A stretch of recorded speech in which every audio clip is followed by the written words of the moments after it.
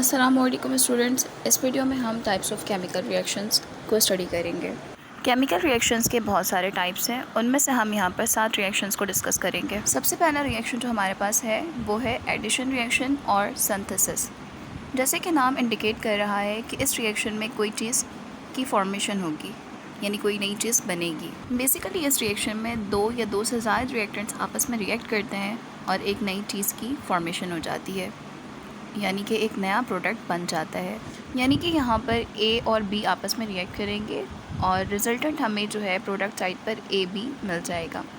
Students, यहाँ पर हम रिएक्टेंट साइड पर चीज़ें ऐड भी कर सकते हैं, यानी C D E etcetera.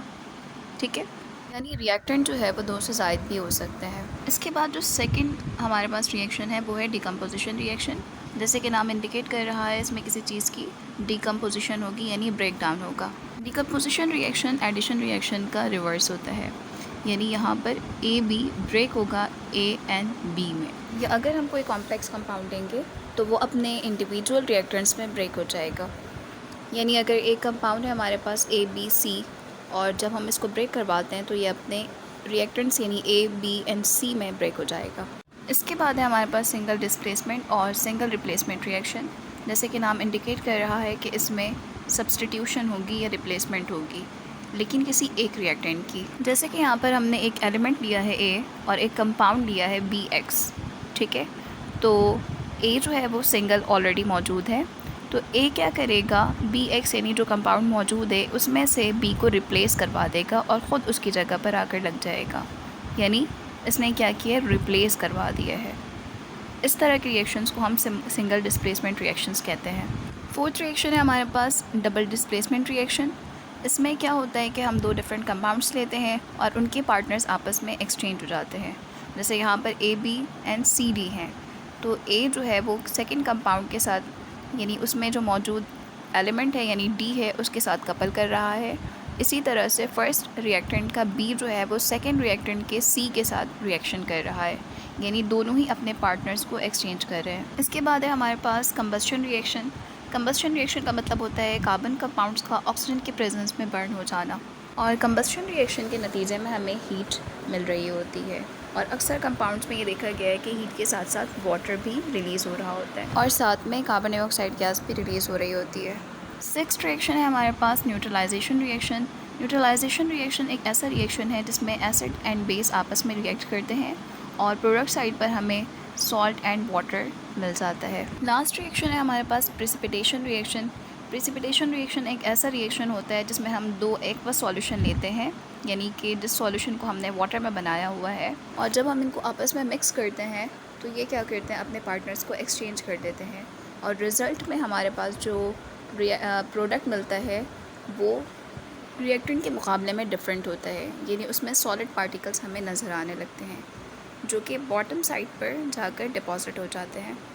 Bottom पर इसलिए डिपॉजिट होते हैं क्योंकि ये सॉलिड मटेरियल होता है और सॉलिड की डेंसिटी जो होती है वो ज़्यादा होती है, दैट्स वाई ये बॉटम पर जाकर डिपॉजिट हो जाता है। अब मैं वन बाय वन आपको तमाम रिएक्शंस एग्जांपल के थ्रू समझाती हूँ। यहाँ पर हमने कैल्शियम ऑक्साइड लिया है जिसको रिएक्ट करवाया है कार्बन डाइऑक्साइड के साथ। इन दोनों की एडिशन की वजह कर हमारे पास एक नया कंपाउंड बना है जिसका नाम है कैल्शियम कार्बोनेट। सेकेंड था हमारे पास डिकम्पोजिशन रिएक्शन, यानी कि ब्रेक डाउन होगा।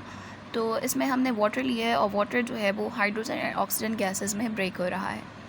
इसके बाद जो रिएक्शन है उसमें हम देख सकते हैं कि कैल्शियम क्लोराइड लिया है और कैल्शियम क्लोराइड जो है वो ब्रेक हो रहा है कैल्शियम एंड क्लोरीन में। स्टूडेंट्स, के तमाम रिएक्शंस जो होते हैं ये किसी न किसी पर्टिकुलर कंडीशन पर होते हैं, या हम इसे हीट प्रोवाइड करते हैं, या हम इसका टेम्परेचर सेट करते हैं, या प्रेशर कंट्रोल करते हैं, कैटलिस्ट वगैरह यूज़ करते हैं। ये सारी चीज़ें जो हैं ये केमिकल रिएक्शन करवाने के लिए लाजमी होती हैं। ठीक है, थर्ड है हमारे पास सिंगल रिप्लेसमेंट रिएक्शन। इसमें आप देख सकते हैं कि कॉपर जो है वो सिल्वर नाइट्रेट के साथ रिएक्ट कर रहा है, और कॉपर जो है वो पहले सिंगल था लेकिन इसने क्या किया, AgNO3 के NO3 वाले पार्ट के साथ रिएक्ट कर दिया, यानी इसके पार्टनर को एक्सचेंज करवा दिया है, और रिज़ल्ट में हमें सिल्वर जो है वो सेपरेट नज़र आ रहा है और कॉपर नाइट्रेट की फॉर्मेशन हो रही है। इसके बाद वाले रिएक्शन में आप देख सकते हैं कि जिंक जो है वो कॉपर क्लोराइड के साथ रिएक्ट कर रहा है और जिंक क्लोराइड की फॉर्मेशन हो रही है और कॉपर जो है वो सेपरेट आउट हो गया। वो रिएक्शन है हमारे पास डबल डिस्प्लेसमेंट रिएक्शन। इसमें आप देख सकते हैं कि दोनों कंपाउंड जो है वो अपने अपने पार्टनर्स को एक्सचेंज करेंगे। तो हमने NaCl लिया है और AgNO3 इन दोनों को रिएक्ट करवाया, तो Na जो है वो सिल्वर नाइट्रेट के नाइट्रेट पार्ट के साथ रिएक्ट कर रहा है और सिल्वर जो है वो क्लोराइड के साथ चला जाएगा, यानी सिल्वर नाइट्रेट और सोडियम क्लोराइड के कॉम्बिनेशन, यानी इन दोनों के रिएक्शंस के नतीजे में हमारे पास sodium nitrate and silver chloride की फॉर्मेशन हो। इसके बाद हमारे पास नेक्स्ट रिएक्शन है जिसमें हाइड्रोजन क्लोराइड लिया है, उसको हमने सोडियम हाइड्रोक्साइड के साथ रिएक्ट करवाया है। तो H जो है वो सोडियम हाइड्रोक्साइड के OH पार्ट के साथ रिएक्ट करके वाटर बना रहा है, जबकि Na जो है वो HCl के Cl वाले पार्ट के साथ रिएक्ट करके एक सॉल्ट की फॉर्मेशन कर। नेक्स्ट है कंबस्शन रिएक्शन। इसमें आप देख सकते हैं कि कार्बन जब सिंपली बर्न होता है ऑक्सीजन के साथ तो वो कार्बन डाइऑक्साइड की फॉर्मेशन करता है और साथ में हीट रिलीज़ होती है।